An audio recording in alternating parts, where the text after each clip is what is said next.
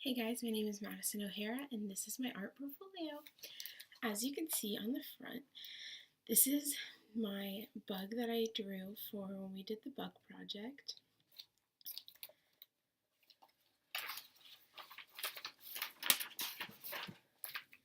This first picture you see here, is my alien, and I had a lot of fun with this project because I enjoyed creating my alien in its trap. As you can see, he is going for the food and there's a cage up there to trap him. My second picture is this one, which was in the reading assignment, and it was that weird shape and you had to create an animal out of it. Or, I'm sorry, not an animal, just a drawing, and I decided to create a horse and somebody feeding it an apple. I also, this one didn't want to ruin it, so I didn't put it in my binder, but I have this one, which was our oil pastel project that we did, where you could make up an animal, and mine is a llama and an alligator, and he is going into the swamp.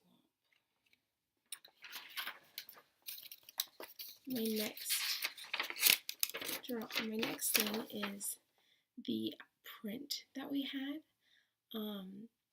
This print I actually struggled a little bit more with. I couldn't get it to actually look as good as it did in the examples, but I did have a lot of fun with the project.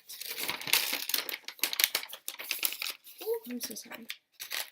My other project is this vase. It was when we had to do shading and do an object that we had, and I actually liked this. I blended it with a Q-tip, which I thought was interesting because I had always been told to blend with your finger, but I thought it was pretty cool that I could do it with a Q-tip. My other thing that I have is when we did our history, we had to pick someone to make a puppet out of, and I picked Jackie Robinson. And as you can see, he has a little baseball here and a bat, and you know, he's cute. He has a little yarn for his eyebrows. And then my favorite art project was the one where we could make something out of clay, and I made a panda, and I used that like Model Magic clay that Crayola does, and I really enjoyed it because it was more of a spongy instead of like a normal clay, which is heavier, and I really liked it. So for my assignments in this class, I have my graphic organizer here, and as you can see, I did Migrating Mutants by Ann Coe as my picture, and here is actually my worksheets for this. It has my mini units, and in it, discusses the social studies and art, and art history. I have language arts, which I thought it would be fun to write about the picture and what was happening in it. I also did the math, and I did that. I don't know, I can go back to the picture. You can see that there are a bunch of, cacti down there. And one small thing that the students could do was count them, and thought that would be fun. And then for a science project,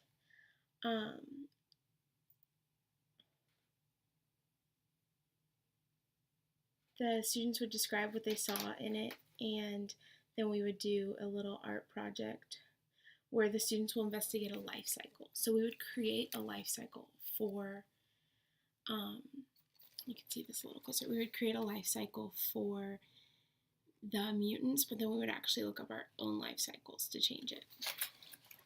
So like the life cycle of a butterfly, and I actually found a website on shepherdsoftware.com that showed you the life cycle of a frog. So my next project is the child art analysis, and I actually loved this because the drawing I got was from a kid named Luke. And what you see here is the bigger person is his sister dressed as the big bad wolf. The middle person is him dressed as the big bad wolf, and then the smaller person is his mother, and they're going trick-or-treating, and there's a shield around them to protect them, and then obviously you can see the moon up there. And I really enjoyed this project because when reading through the theories that there were, one of them said that they would draw things bigger to them that was more important to them and things smaller to them. And I think that is clearly shown in here, that his sister is very important to him in his life. So I really liked that because I got to see it actually in play. And then here's just my boring paper stuff. But I spoke about how you could see that theory being part of it.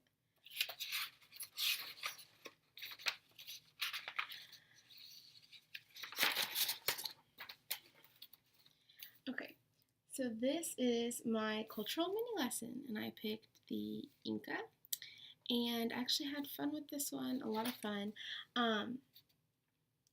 So this is the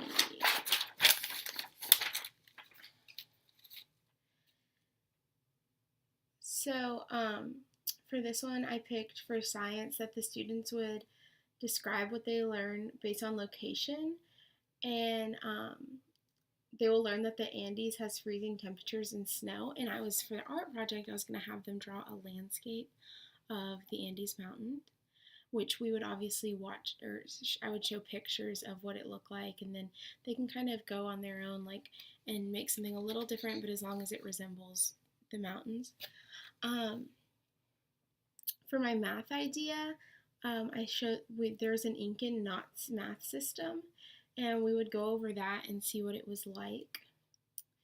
And after that, we would go over their achievements, and I would have the students draw and create their own invention, which is something that the Incans did. They made a lot of inventions, and it was pretty cool. So then for my social studies, I did religion, and because the Incans were polytheistic, and then I said that we could create some pottery that was similar to this picture below, which is an actual Incan pottery. For my last part of this lesson, it was language arts, and they actually had a legend, and I'm sorry if I pronounce this wrong, but it's Manco and Capac. I could never, Capac, I'm so sorry. But it was actually a myth that they had, and the man and the main person in the story carried around a gold walking stick, like a staff. And so I said that we could go around and collect sticks and create their own staff to go along with the story.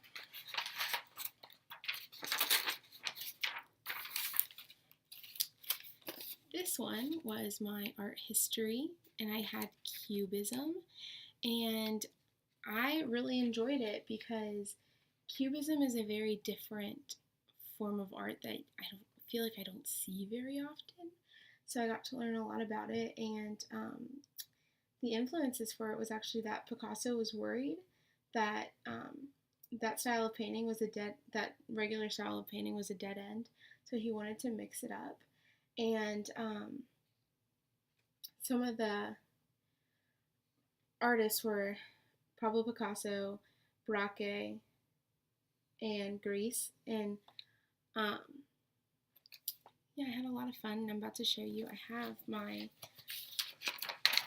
own Cubism project, which is right here. And as you can see, it is a female, and she is in a blue and green shirt.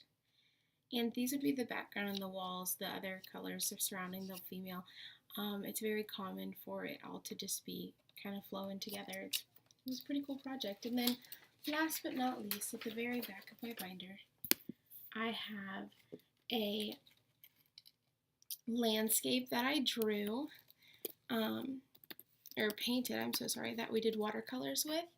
And I actually love it because I liked how we could use expressionism and choose whatever colors we wanted to do. And I think it flows really well. Thank you for watching.